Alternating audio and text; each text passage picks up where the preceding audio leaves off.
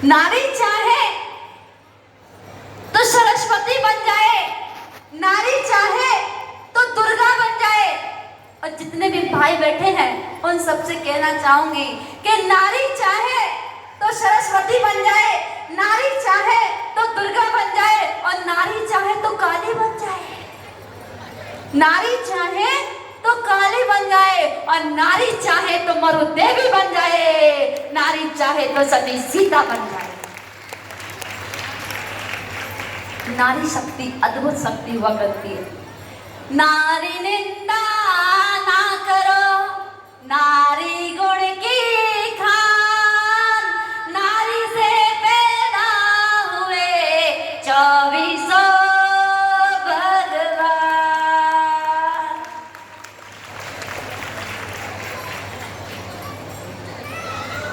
नारी शक्ति के लिए बस अपनी मर्यादाओं के अंदर मैं और छात्र छात्राओं से आज भी यह कहूंगी और कल भी यह कहूंगी कि कुछ बच्चे कल नहीं आएंगे।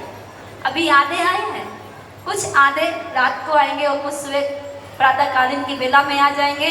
एक शब्द को मैं रिपीट करूंगी और अभी भी कहना चाहूंगी कि जीवन में कोई भी ऐसा काम नहीं करना, जीवन में इन छात्र छात्राओं से कहना चाह रही हूँ कि जीवन में कोई भी ऐसा काम नहीं करना जिससे हमारे माता पिता की आंखों में आंसू आ जाए।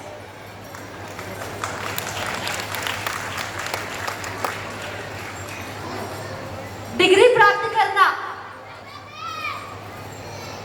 शिक्षा का उद्देश्य मात्र डिग्री प्राप्त करना नहीं है, शिक्षा का उद्देश्य मात्र धन कमाना नहीं है, शिक्षा का उद्देश्य केवल टाटा बिरला नहीं है, शिक्षा का उद्देश्य बड़ी बड़ी कोठियां बनाना नहीं है, शिक्षा का उद्देश्य माता पिता की सेवा करना, समाज की सेवा करना, देश की सेवा करना और राष्ट्र की सेवा करना भी शिक्षा का उद्देश्य कहलाता है।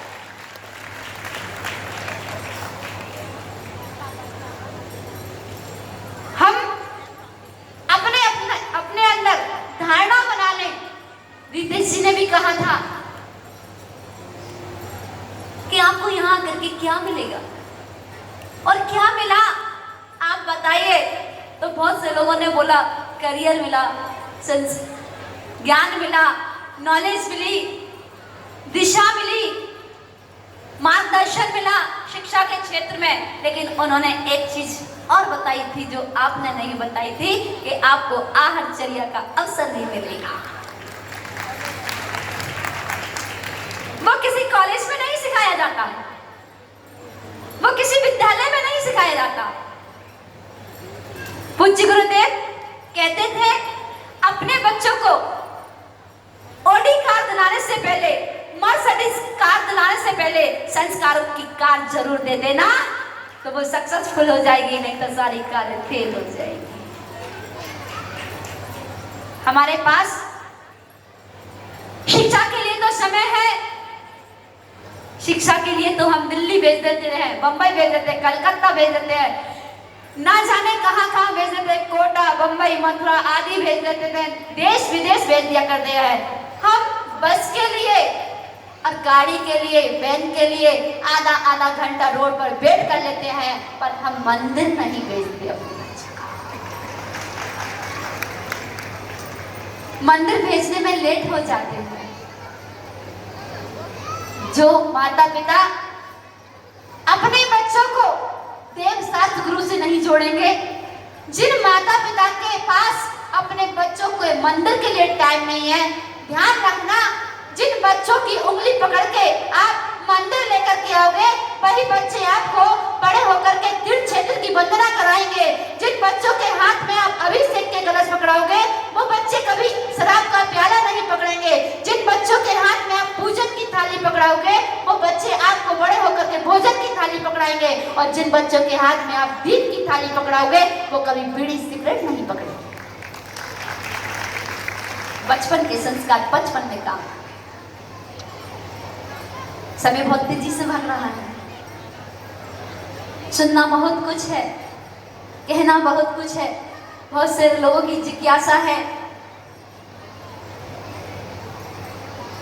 मैं कम शब्दों में कहना चाहूंगी कि पूज्य गुरुदेव का पूरा ध्यान ना कह करके अपनी साधना करने के बाद जितना भी बचा हुआ समय होता था वो छात्र छात्राओं के लिए होता था। और वो चाहते थे कि हमारे देश की छात्र छात्रा इतनी ऊंचाइयों को छुए, इतनी ऊंचाइयों पर जाए कि वो एक दिन अपने जन्म देने वाले माता पिता का नाम रोशन करे, अपनी समाज का नाम रोशन करे, अपने देश और राष्ट्र का नाम रोशन करे। रितेश जी ने और भी बताया था कि आज हमारे पेरेंट्सों से ज्यादा बच्चे परेशान हैं। क्यों? टॉर्चर, माता पिता का टॉर्चर। और ये हकीकत है,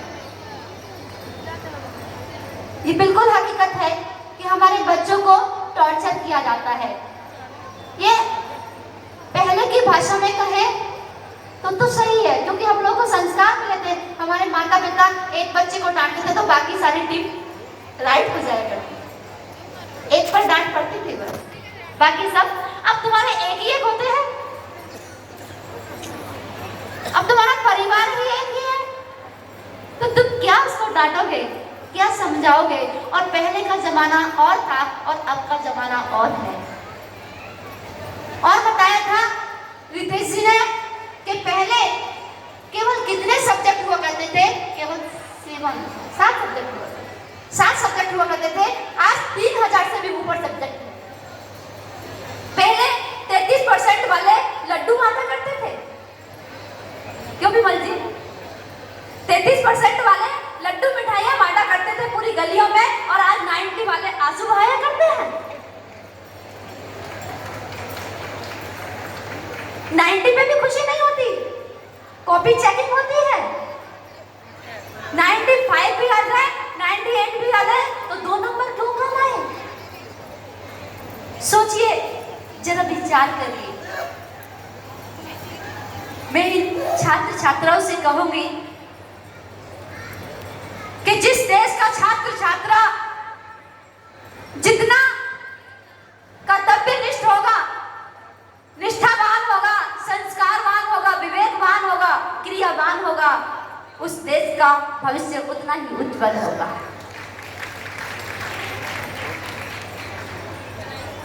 अरे वो दिन याद करो